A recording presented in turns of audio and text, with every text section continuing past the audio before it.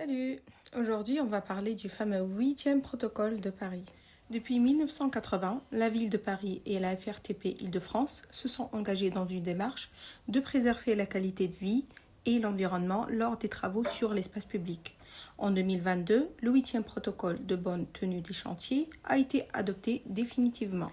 Il s'applique à l'ensemble des chantiers, voiries et concessionnaires de la ville de Paris toute la durée de la mandature. Donc, les représentants des maîtres d'ouvrage signataires de ce 8e protocole, il y a la mairie de Paris, il y a la FRTP, Enedis, GRDF, CPCU, RATP et le reste qui figure dans la liste. Donc, le 8e protocole doit être mis en place par les entreprises de travaux et suivi et contrôlé par les maîtres d'ouvrage via une grille sur les critères sous leur responsabilité.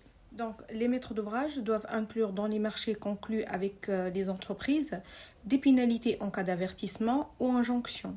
Et pour information, le 8e protocole, il est applicable même pour les interventions d'urgence et de sécurité. Donc, ce sont les deux fiches d'évaluation et de notation utilisées par le maître d'ouvrage pour l'évaluation des chantiers. Des avertissements peuvent être adressés à l'entreprise si la note obtenue est inférieure à 4 sur 10 ou si l'intervenant manque gravement de ses obligations lors de l'exécution des travaux.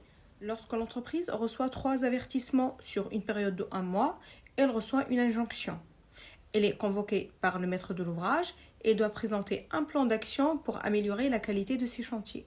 Donc la question qui se pose, c'est quoi le contenu de ces deux fiches d'évaluation et comment peut-on faire un audit de chantier soumis au 8e protocole. Donc ces détails seront dans la vidéo suivante, deuxième partie du 8e protocole de Paris.